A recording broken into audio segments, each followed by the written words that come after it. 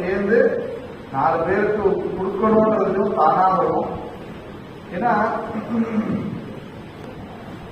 நம்மளோட பாரம்பரியமா நம்ம யோசிச்சு பார்த்தோம்னா ஆக்சுவலி ஒரு கோயில் அப்படின்னு போனோம்னா சாஸ்திரத்துல கொடுக்கப்பட்டிருக்கு. ஒரு கோயில்னு போனோம்னா அங்க 3 விஷயம் நம்ம கண்டிப்பா பண்ணணும்னு. ஒண்ணு, அந்த பகவானால தரிசனம் எடுத்துக்கிறது.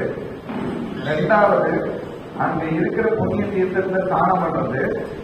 3வது, நம்ம அங்க இருக்கிற குரு, அங்க யாரு அந்த ஸ்தல புராணத்தை சொல்லக்கூடிய ஒரு இன்னைக்கு அந்த அர்ச்சகர் அப்படிங்கிற ஸ்தானத்துல இருக்கிறவரோ சாஸ்திர பிரகாரம் ஒரு ஆச்சாரியன் இருந்தாங்கன்னா ஒரு இடத்துக்கும் ஒரு மடாதிபதியில் இருப்பாங்க. அவங்கள பார்க்கறதுன்றது கண்டிப்பான ஒரு இதுவா இருக்கு, முறையா இருக்கு. பட் இப்போ